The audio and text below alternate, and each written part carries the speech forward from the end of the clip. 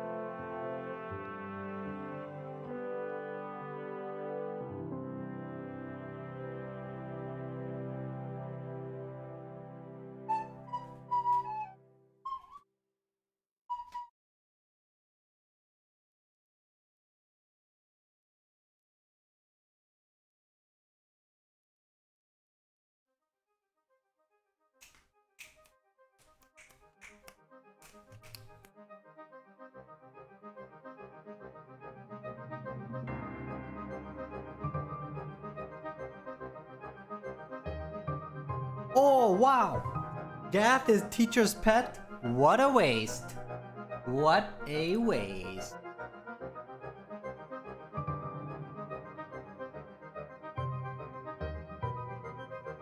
Incredible. Most deserving.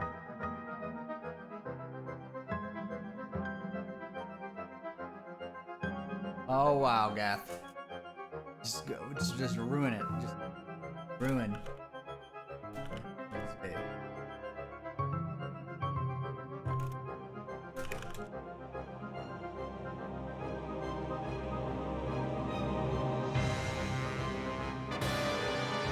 It's okay. It's okay, just to...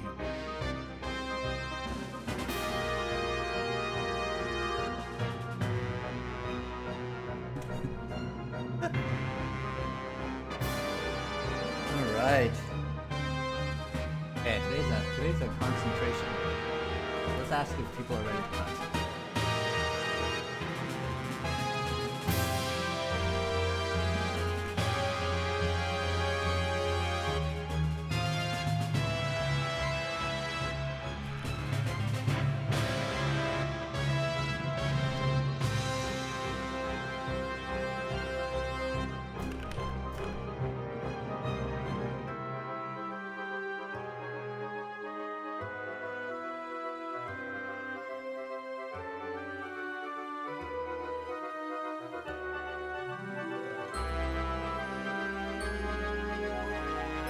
Alright, we've got ourselves a poll. Got ourselves a poll.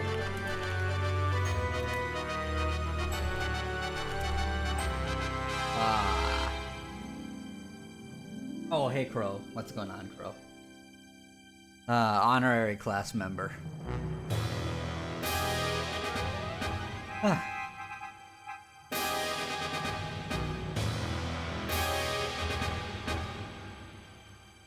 No music playing? Hey, there is.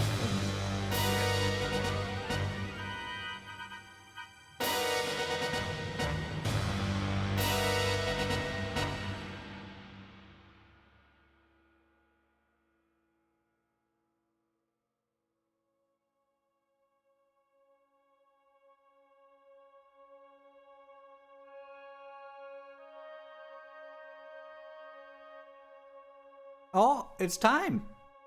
It's time.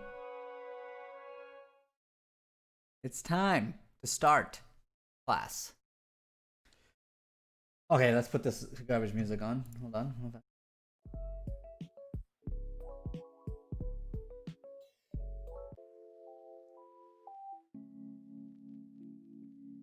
Getting kind of repetitive. All right. Okay. So let's begin. Get in the groove, folks. Get back in the groove. Things. Come on in. Have a seat in your virtual classroom. Last class we had a lot of fun. In my mind, we went in here and we took a good look at some Taylor polynomials. Got our hands dirty. Go watch that video. You skipped class, like Tots, who was playing video games. Okay? Go ahead and go check that out. All right. So today's class is going to be challenging. All right? It's going to be challenging. But the story is simple. That's the thing to always hold on to. First, what is the point of what's going on? And then build your knowledge on that. Memorize things after you first understand the story. Okay. Good morning, El Primo. Good morning. Okay, we've got a poll going, class. Go ahead and participate in that poll. Very informative poll. So, before we begin though, I think I need to hear from the brave generals Discord. So generals, assemble to hear from you. I need to hear some of your reviews. I need to get some opinions from you. Oh, look at that. Flush Throne comes in. Just a human guy. Shrek. Oh my god, the most reliable of generals. Okay. Let me go talk to you. Hello. Okay. So generals, I'm gonna ask you a question. What is a Taylor polynomial? If I were a 5-year-old, meaning, just tell me what you think a Taylor polynomial is. And I will tell you why you're wrong. All right, go ahead. Just be relaxed and just let the ideas flow.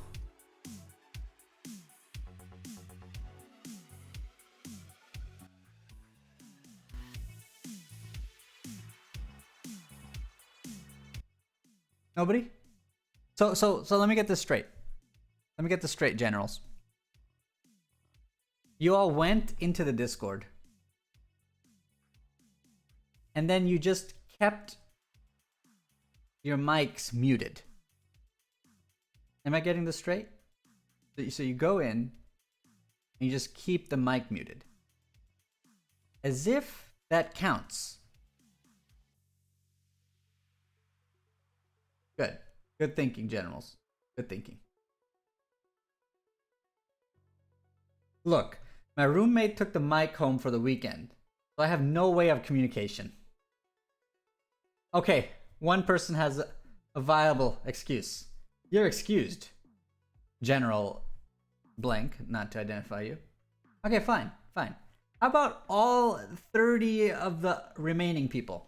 All of you had roommates that took your microphones? Could we Hello? say a Taylor polynomial is like a polynomial of best fit? Oh my. Who is this? The general of all generals. This is Battlestorm Galactica. Awesome. Okay. All right. Battle. What a good name for a general. Okay, what you said that it's the polynomial of a given degree, right? Yes. Which is best fit for what? For another function. Yeah, for some given function f of x, and at what? At is there some at some given point, right? At some given point. Right. Amazing. And do you think is the discussion on Taylor polynomials is it related to the discussion from Calc 1 where you had a tangent line? Like you did a tangent line? Yes. Yes, right? In fact, how does it fit?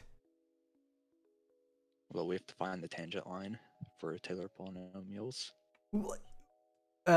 Maybe you mean that finding the tangent line is one instance of computing a Taylor polynomial. Is that right? Yeah, it's a part of it. Yeah, it's like the first Taylor polynomial. That makes sense? That's right. And then there are just these magical higher and higher degree polynomials that are best fit according to Battle. Awesome. Thank you. Thank you, generals. Thank you, actual general who spoke, unlike fake generals seated. Okay, great. Awesome.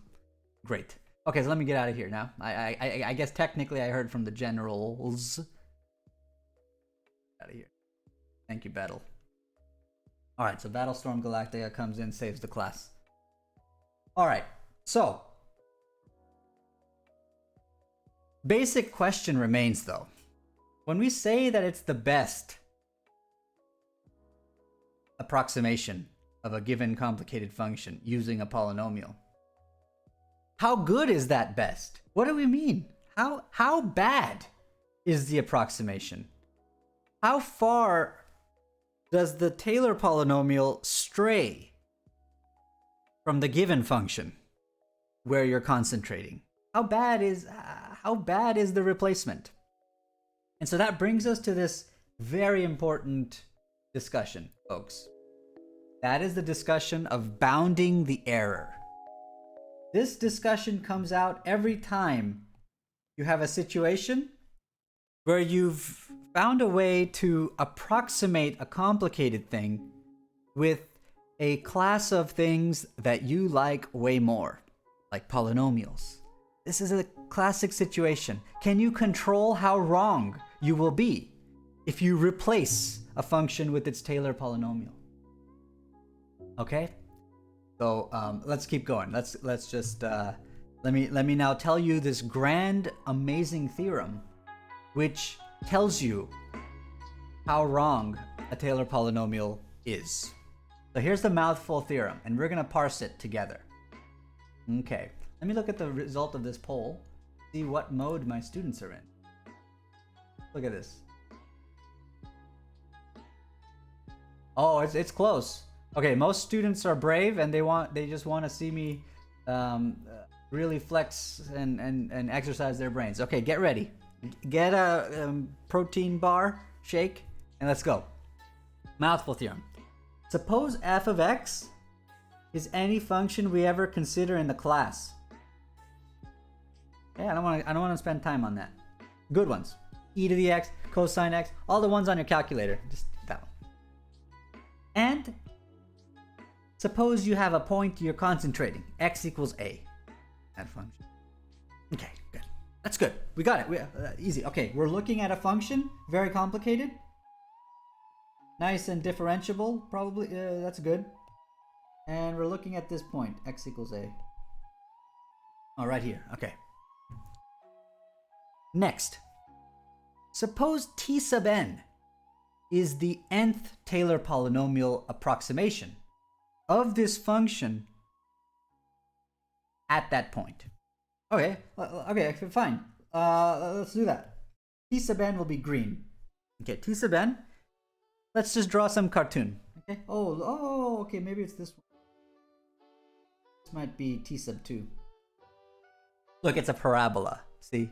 And it's clearly the best one. If you look at that, this parabola, I'll just pretend, is the best one for that yellow curve at that red dot. Okay, fine. Suppose we have this approximation. Then, if x is any input, and I'm going to put an asterisk right here.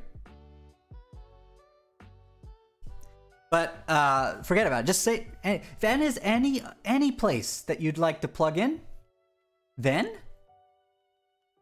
if x is any input, let me color that. Okay? Then, what the heck is this? Huge garbage. Let me tell you what the left-hand side is.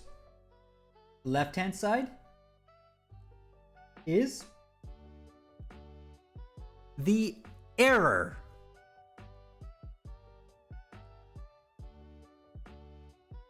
between the true value of the function and the fake value. You see, if I decide to plug an input into the function, I get the true output of the function. If I instead choose the simpler looking thing, just the parabola, I'll get a different number because the Taylor polynomial isn't the same function. If I subtract the two, I'll get a number. And if I just measure how big that number is, put absolute values, that is the raw amount of separation from the true value, which I'm trying to understand, and the fake value, which I can compute with just addition, multiplication, and that's it. That's a polynomial. So the error in replacing f by t, that error is at most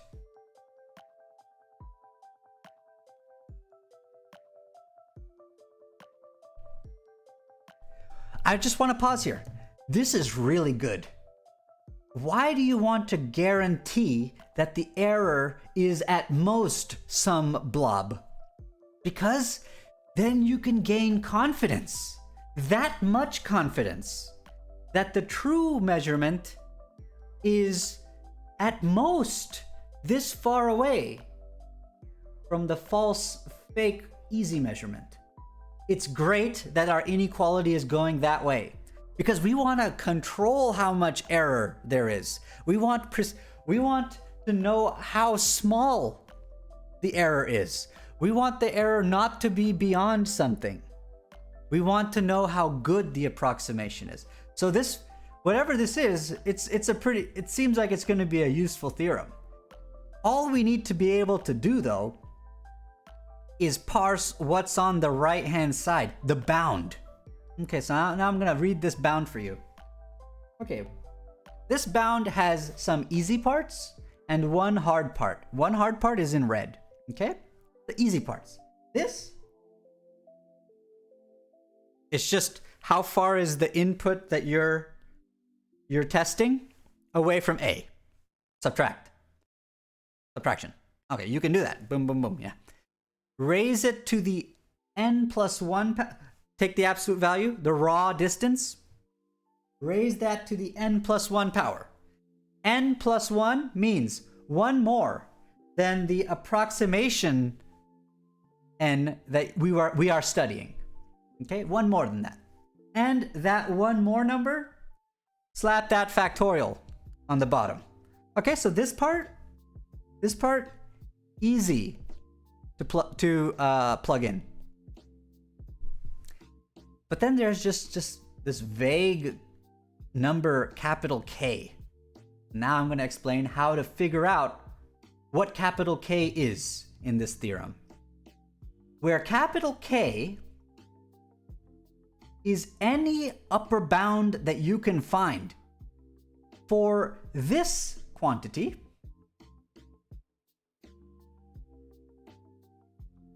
the next derivative, n plus first derivative, you got to find just an upper bound for it. However cleverly you can do it, in the interval from A to your x that you're inputting. All right, so the constant capital K is where students find the most confusion. This capital K is context specific, and every single error bounding situation will require you to do your best to find a suitable capital K, which is an upper bound for how big the next derivative can be. That part, filling in the capital K, is the part that requires more thinking. We're gonna do a problem, don't worry. But I want to reiterate now. What is the value of this thing? The value is, it is giving you a certain limit on how bad your Taylor approximation is. It is saying that by plugging into the easier thing, t sub n, you will not stray more than, boom, this right-hand side from the true value. I still don't know the true value, but I know for a fact you will not stray more than this. That's a powerful statement. I still don't know f of x. I'm not that smart, but I guarantee you that the approximation is at most this much away from the true value, where this is this total right-hand side. That's useful, and we will see it, hopefully, if I can get through this difficult lecture. All right? So I want to explain why something like this inequality should hold. I want to just explain it vaguely. I'm going to explain it vaguely. Okay, so let's go, let me go through that explanation. So story time.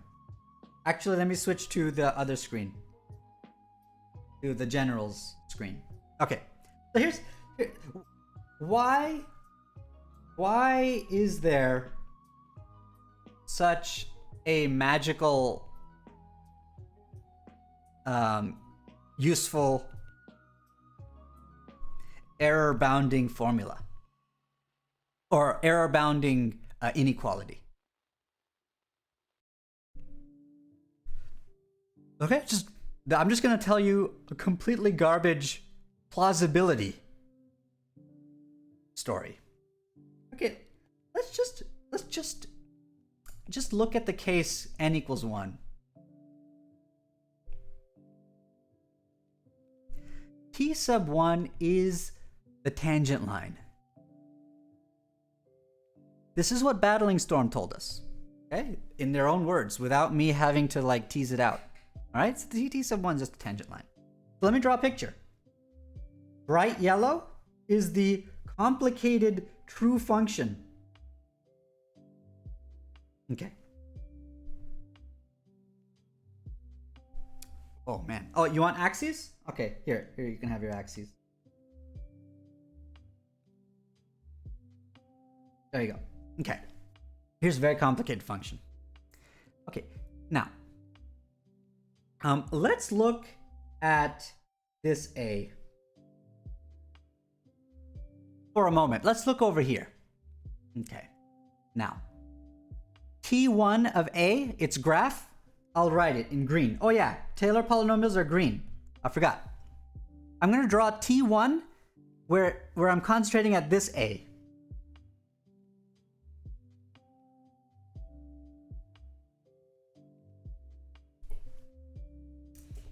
Okay, look at that. Look at that. Look how close it is. It's pretty close for a good amount of time. Over here, the tangent line and the original function, they're pretty close for like a good amount. Okay, I'm now gonna go to another place. Oh, I'm sorry. I didn't draw this well enough. Let me draw it a little bit better. I'm sorry, I didn't draw it very accurately. Let me draw it a little bit better.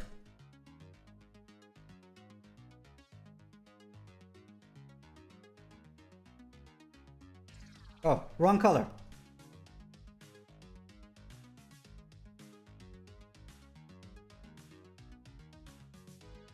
Okay. I'm now gonna look at another A. What if A is here? Okay, I know it's a different A. Different A. Okay? Different A, different Taylor polynomial, degree 1. Okay, let's draw it.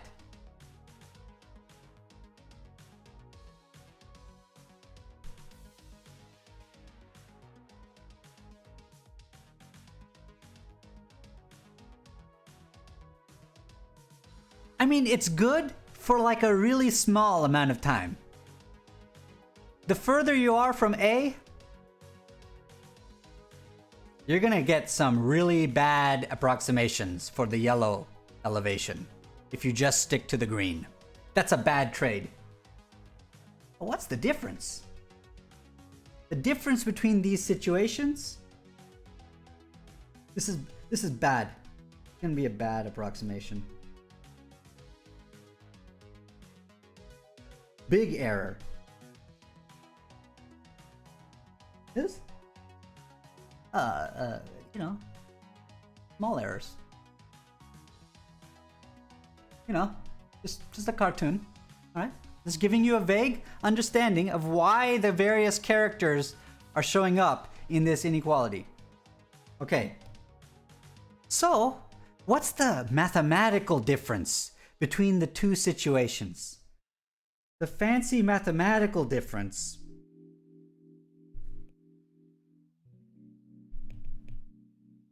is that the concavity at one point is small compared to the concavity at another point.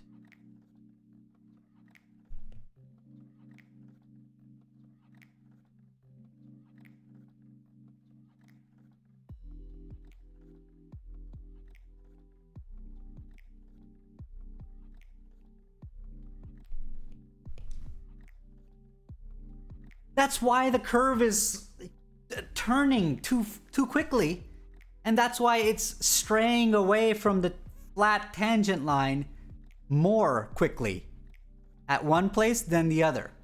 Now, concavity is simply the second derivative of the function. So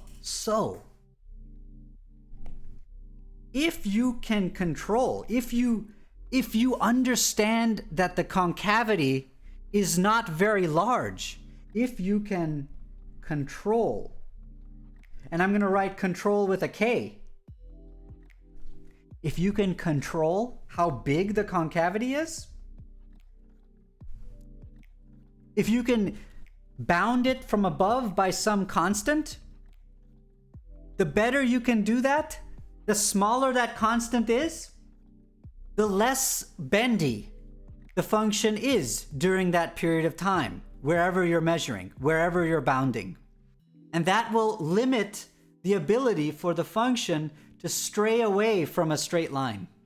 So if you can control this, and if you can limit it to a small number, so if you can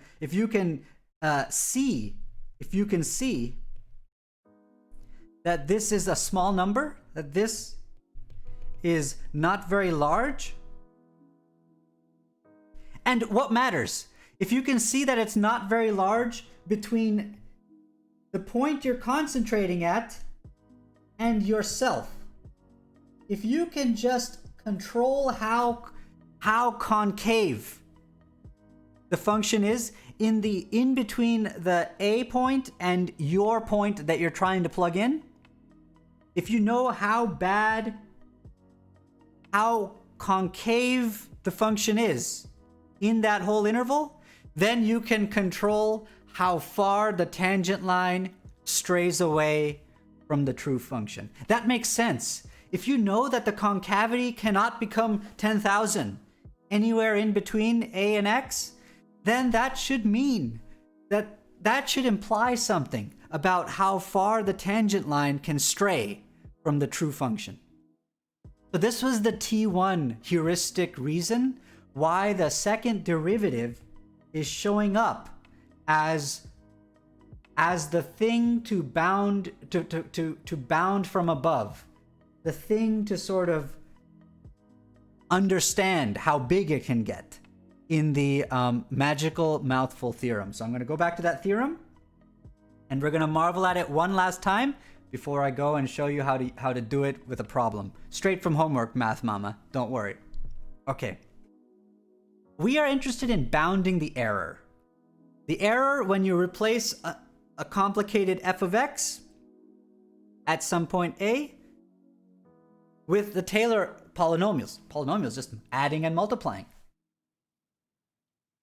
You'll be wrong. They're not equal. But how far away are they? They're this far away. That's the magical utility of this theorem. Okay. Now you just have to fill in the right-hand side.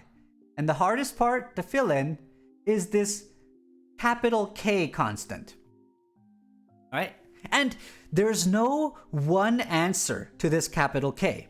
Because what this capital K is, it is simply some number that you know the n plus first derivative does not stray beyond. But if someone tells me that the n plus first derivative does not stray beyond 1.7, then it also doesn't stray beyond 5 trillion. So your ability to find a suitable capital K will dictate how good your error-bound limitation is, how much precision you are able to guarantee in this trade-off. So 1K, there's no 1K oftentimes. You got to do your best to find a possible capital K.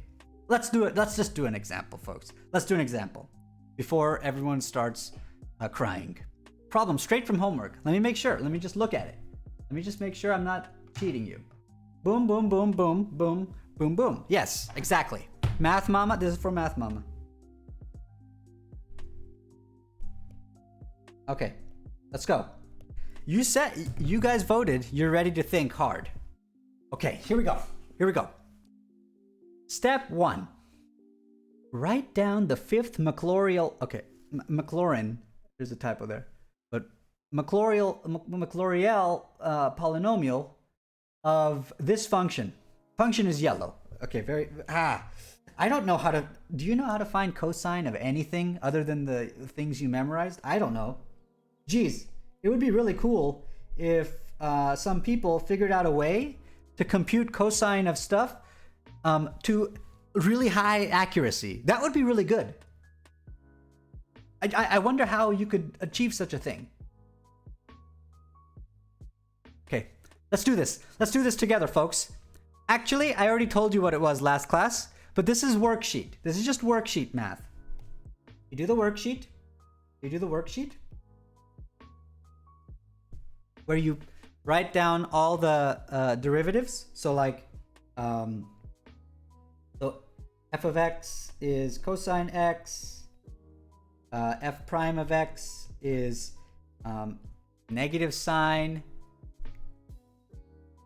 F double prime is negative cosine. F triple prime is whatever it is, sine. F444 prime is cosine again. F quintuple prime is negative sine. It's just going to repeat, folks. And I'm looking at a equals 0 because of McDougall. Okay? That's what McDougall invented. All right. So now I plug a equals 0 in everywhere. This will give me 1. This will give me 0. This will give me -1. This will give me 0. This will give me 1. This will give me 0. So let me write t sub 5 down for you. 1 minus x squared over 2 factorial plus x to the 4th over 4 factorial. And then the x to the 5th term has a 0 in front of it. 0 over 5 factorial. Okay, fine. It's one of these weird situations. Fine. Okay. There. I did it. Did it for you, even though I said I would leave that as a for you to do. Okay, I did it. That's how generous I am with my time. Okay? This is for Math Mama. Look, I'll just do the whole thing for you. Okay, there you go. Done. I did part 1. I get some credit on WebAssign. Okay. Now, write down t sub 5 with 0.2 plugged in. Okay, easy. Okay, let's do that. Let's do that. 1 minus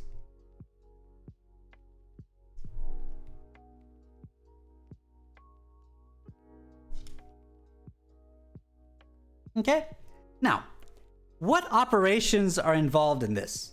They are just multiplying, adding, and dividing, which you learn how to do program a calculator early on. Like, that's just easy calculation. So now let me go do that calculation. You can do it just by hand. But let me go do that real fast. How do I do this? So calculator. Yeah, someone else should also do it to check. Let's just WebAssign wants you to write it using decimals. Okay, so I gotta go do that. Okay, so let's do it. Let's do that. Okay, 1.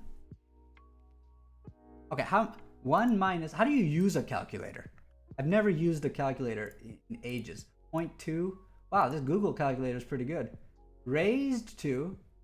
How do you raise things? This is gonna be a complete bleep show. It raised to the 2, and then divided by 2. I hope I got the order of operations right. The division sign is like a division sign. Okay, plus.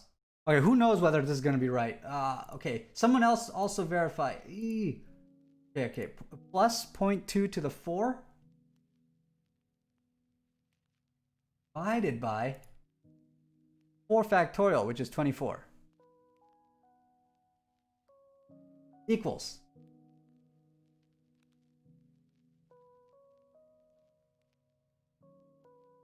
0.98 blah blah blah 0.98. Okay,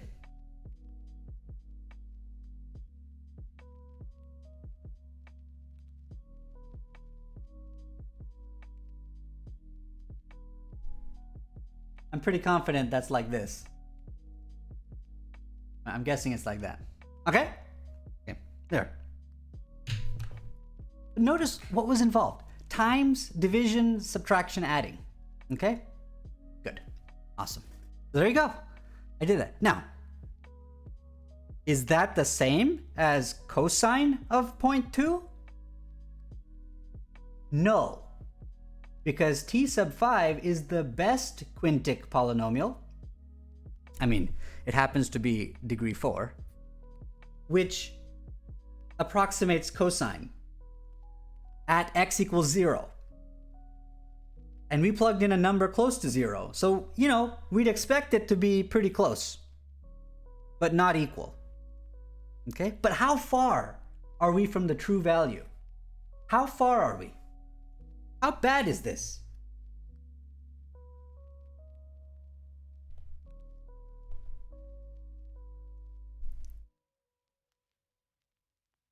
Okay, so you find, okay, next. How bad is it? Well, this handy, amazing theorem will tell me how bad is it. I'm gonna fill in the entries real fast, folks. Okay, let me fill in the entries. You fill in the entries. The error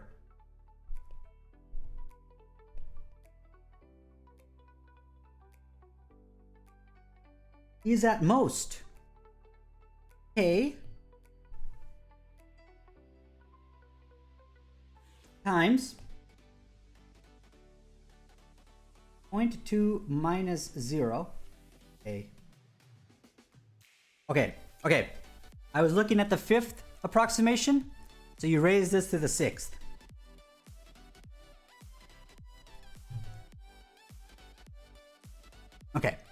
Okay. Where k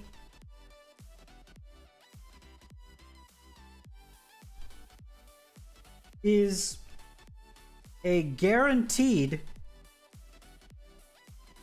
upper bound on the next level of concavity after 5, on the 6th derivative of this function, where x is allowed to vary between 0.2 and 0. So you look at this interval of cosine and you try to gain some clarity. How big can the concavity, the 6th concavity, get in the interval from a to this nearby 0.2 that you're plugging into the trade-off function? All right? So now we have to investigate. What kind of guaranteed upper bound on this 6th derivative can I come up with my creativity? Let's go check that out. Let's go try to find a k. All right, so find best possible. The goal is for you to find the best possible k so that it'll fit in the Mouthful Theorem. All right? Let's find the best possible k. First, step 1. Steps, right? Note card? Step. Write this thing down. Well, luckily, there's a pattern. Where is it?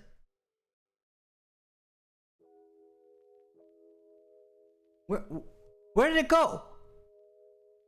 Oh. It's over here, isn't it? Is it over here? Wait, where did I find... Am I gonna have to do them all over again? Okay, let's do them. You know what? F it. I'm just gonna do it live. We'll do it live.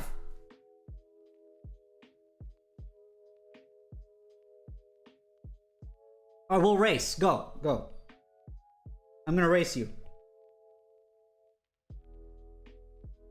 I'm gonna race.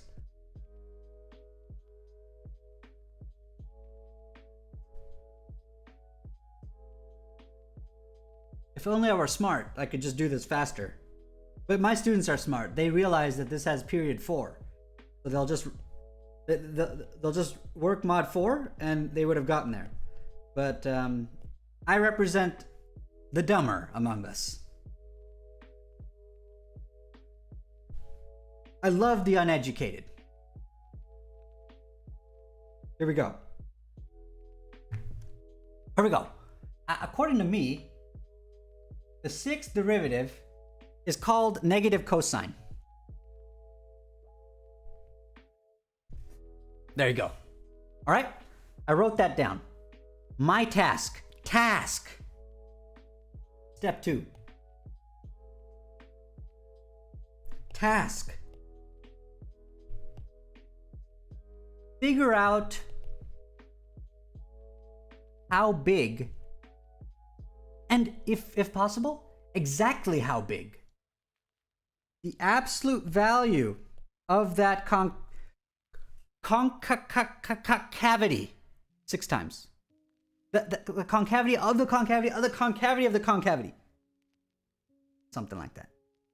Figure out how big that can get. For x's between 0 and 0.2.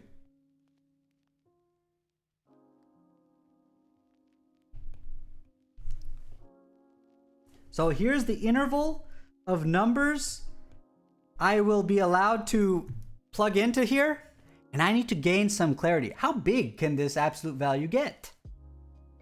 All right, so let me write that out for you. We're looking at the absolute value of negative cosine. Now, there's a good thing about absolute values. It gets rid of the negative sign if your numbers are positive, which they are. Why are they positive? Because look, I'm looking between 0 and 0.2. Do you want me to draw a graph of cosine? Here, I'll do that. It goes like this.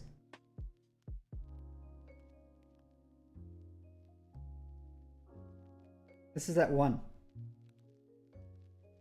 Which zone am I interested in? Well, I'm interested in 0 to 0.2.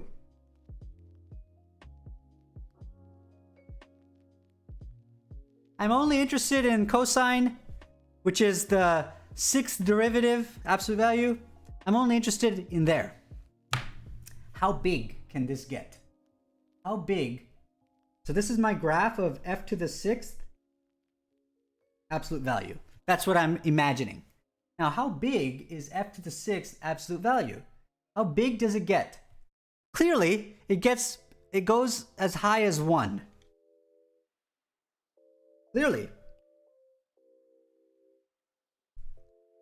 This thing is biggest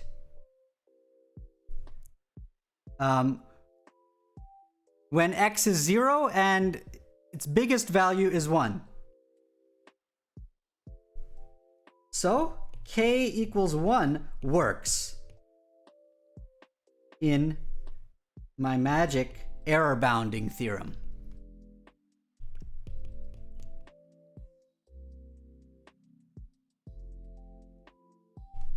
K equals 1 works because 1 is an guaranteed upper bound for how much sixth derivativeness can fluctuate in the interval that we are concerned with. Between 0, the place we've produced the Taylor polynomial, and nearby, 0.2, the point that we're actually trying to plug in and figure out the error at. I'm either sucking really bad at explaining this, or I'm just doing one of the best jobs in history. I think it's the former. Okay, here we go. So I did step number 2. Step number 3, I found k, a k that works. By reasoning my way through, what is this sixth derivative? I need to find a guaranteed upper bound on it. 1 works. 0.5 doesn't work, folks. 0.7 doesn't work for this capital K. 1 works. 2 works. 8 works. But why choose a huge number when you can get better precision by finding the best number, which we found, which was 1? Okay, now stick it in. 4th thing. Conclude. Conclude something. Conclude something. How bad is the error? This is a huge conclusion.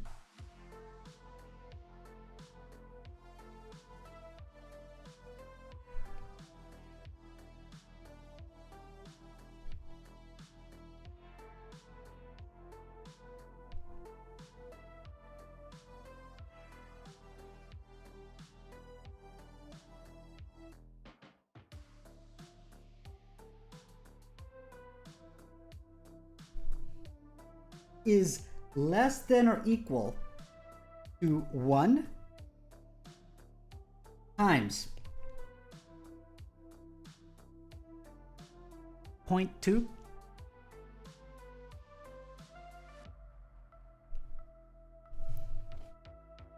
I'm now going to use Google to do this raising to the 6th power divided by 6 factorial. But notice it is only multiplication and division. Elementary school operations. No cosine involved. Okay, so you do this, a 0.2 to the 6.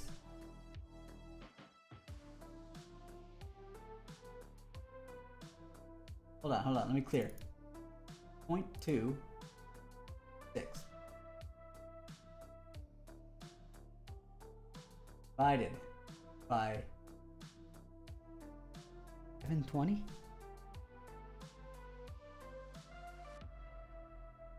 Enter. Where's enter? Wait.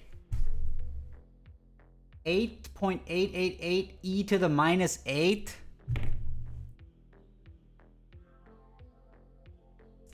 What is that number? Is there can anyone find I don't know how to do e to what is error? Some scientific notation garbage here. What is this? What is this number? Give me something with a bunch of zeros in it. I do this. More info. Hey, someone. Yeah, did you do this? Can you type this in? What do you see? Just spam it in the chat. Google is just giving me whatever it's called. Some science notation. Oh, yeah. Yeah, go Pokes. Awesome, go Pokes. Oh my god, go Pokes. Oh my god, go Pokes. Go Pokes. Good job. Jeez. Saved me. This thing is 0, 0, 0, 0, 0.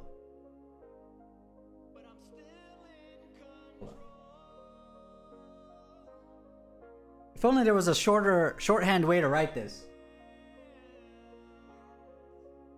With some like E stuff. Oh, there it is. Times 10 to the minus 8. 889. Okay.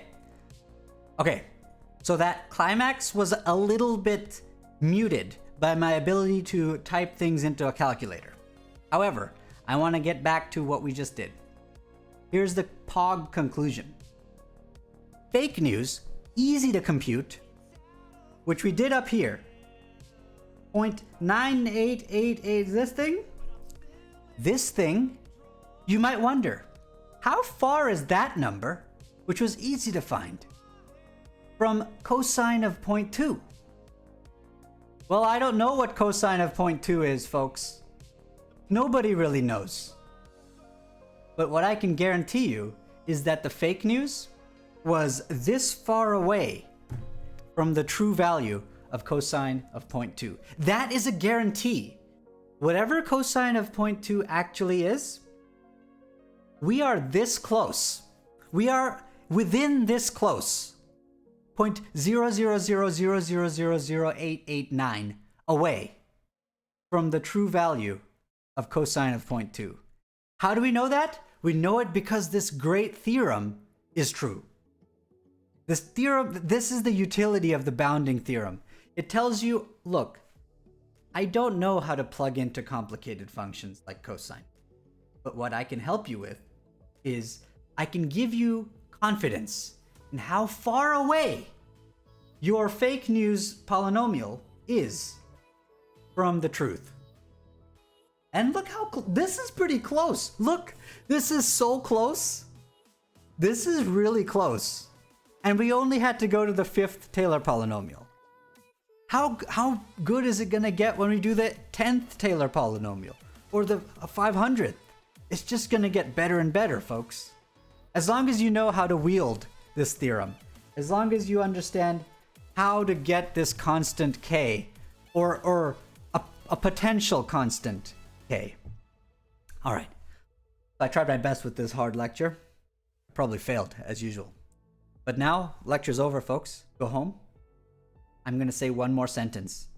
If you are already too confused, just forget me and just, learn it from wherever you actually learn math, not from me. Okay, good. Or in the Discord. Talk about it in the Discord. Discuss. Okay. What I'm now gonna do is possibly just ruin some people's lives. What I'm gonna do is ask a stupid question. Maybe I shouldn't do this, but I'll do it. In this example, for this constant k, I found that number 1 works. But if you were being sloppy and you didn't have great precision on bounding the 6th derivative on our interval, maybe you just said, hey, look, cosine x definitely never gets bigger than 10. That's true, right? I mean, I don't want to think, folks. Cosine x, the 6th derivative here, which happens to be up to sine cosine x,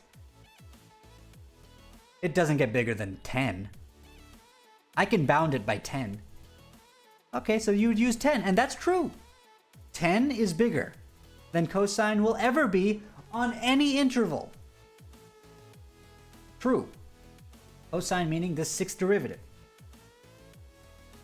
Negative cosine. Yeah, true. So then, if you use that k, you would have concluded this. And so, what you would guarantee to your customer is an accuracy of this much. But if you had been just a little more careful and analyzed how big the 6th derivative can truly get and bring it down to a 1, you would be able to guarantee to your customer even more precision. You'd be able to give them more comfort, 10 times more comfort. So that's how there is ambiguity to what constant k you can put in to this magical theorem. Both are true. Both statements are true. The true value from the fake value, that error is no more than this 10 times thing. That's true. But what's more, you can get a truer statement. It's no more than 1 times this as well, which is a better error bound. You are sandwiching the error to be smaller and smaller. You are guaranteeing more precision for your customer. All right? So that's the role that the ambiguity in the k step plays. If you're sloppy with your K, you'll give your customer a bad, not as good information as they deserve. If you get a K just right, just perfect, you'll be able to max out the guarantee that you can give to your customer. The fake news is this far, at most, this far away from the real truth. All right, I tried my best. Now I'm gonna go read this stupid chat here. All right, folks, go home and marvel at the utility of this theorem. It is an awesome theorem if you understand what it's providing. It's providing a guarantee, which is hard to do in general. All right, let's go look at what happened to my class. How much? McLoreal, because you're worth it. Yes, Kappa, exactly. Okay. Love your hair. Thank you, Java.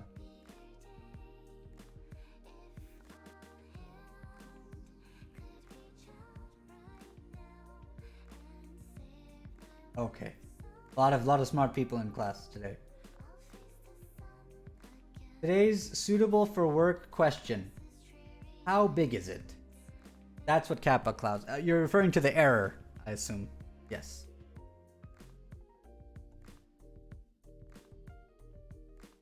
Are we assuming the function is holomorphic? No, we're not. In fact, you're gonna assume like continuity of derivatives up until a certain point. But I don't want to talk about that. Why? This is not a mathemat. This is just a first Calc 2 course. Let's understand. Let's not get bogged down in some pedagogical nightmare. All the functions in your calculator, folks, gonna work out.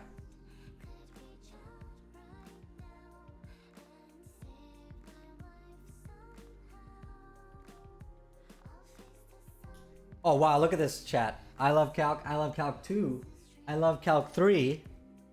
Hey, just a human guy. You took Calc 3 before you took Calc 2? I love Calc 4. Look at that. How long can this go? This is just one of the stupidest. Okay, and then I Am a Toaster ruins it. I Am a Toaster just ruins it by interrupting the chain. Okay, awesome. Well, with that, I hope everyone has a good day. Callie Kami, thanks for following. Flushed Throne just now follows. Flushed Throne is one of the students. How are you getting alerts that class is happening, Flushed Throne, this whole time? Oh well, you're on the boat now. That's all that matters.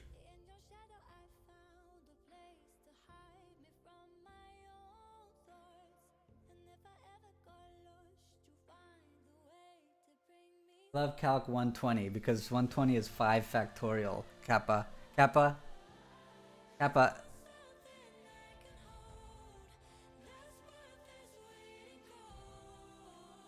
I accidentally unfollowed, then followed again.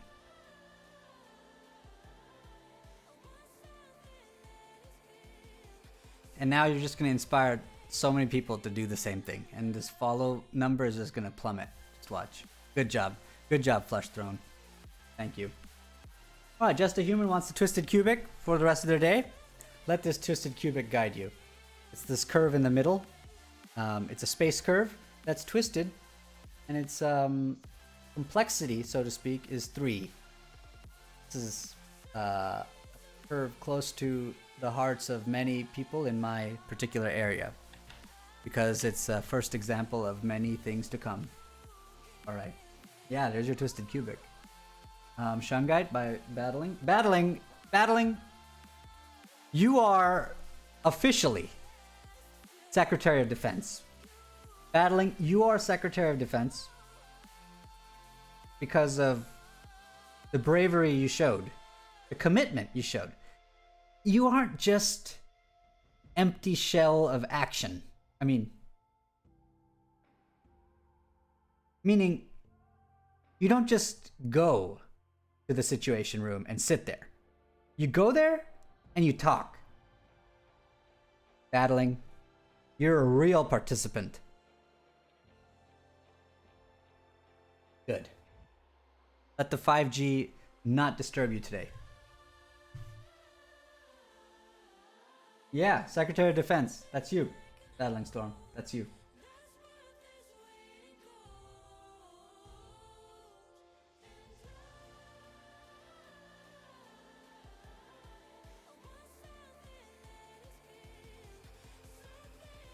All right, students. I think in the homework and in the exam on Monday, the error bounding problems will be the most flexing that you've done in your whole lifetime up until this point. So practice it today, practice it tomorrow with your friends in the Discord. I cannot stress that enough. But the problem I just did is the same strategy for the other error bounding problems that I see on the homework. There's basically going to be 2 more, it looks like. And the steps are the same. The hardest part is to gain clarity on the capital K. The better you can bound with K, the better error estimate you can give to your customer.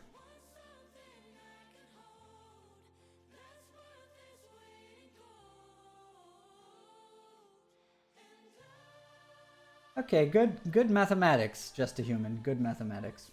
Good. I'm glad that we have such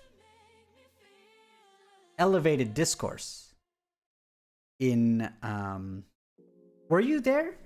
Were you in the situation room? Look, and then see, this is what I'm talking about. And you get people like Macaco. Now Macaco is still in the situation room. And here's the thing. Macaco is gonna be there for like 3 days and not even know that they're still in the situation room. This has happened 4 or 5 times now. We shouldn't tell Macaco that they're still in the situation. It's just hilarious.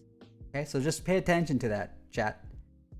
Macaco is always lingering in the situation room even after the meeting is over. Little bit suspicious. Yeah, it's a little bit suspicious. Now that I think about it, that's something I need to keep an eye out for. What is Macaco up to in that situation room? Who knows? If only they could talk and tell us, but they don't. So that's interesting. Yeah, Macaco is definitely sus, which is the most annoying new word, Zoomer word, that has come out of this whole Among Us thing. Sus. I hate it. It's just, I just cringe inside. It sounds so stupid. But yeah, Macaco is definitely sus. Keep an eye on that. Battling Storm. That's true. Okay, enough, folks. Let's get out of here. Who's out there? Who is out there? Anyone interesting? Hey, Picaro. Hey, Picaro. I opened my own stream. Wait, it's like I'm looking back in time. Whoa. Okay. Who was that? Okay. Okay, no one's on. So let's get out of here, folks. We're gonna just oh my god. I forgot. You know, my wife broke the car again. And oof. I gotta go fix the reverse axle in the second carburetor. Oh yeah, is the carburetor broken again? Is it the reverse axle? Did you Did you crack the reverse axle again? I did not crack. You know what, folks? I gotta go. I gotta go. I gotta go, folks. I gotta go.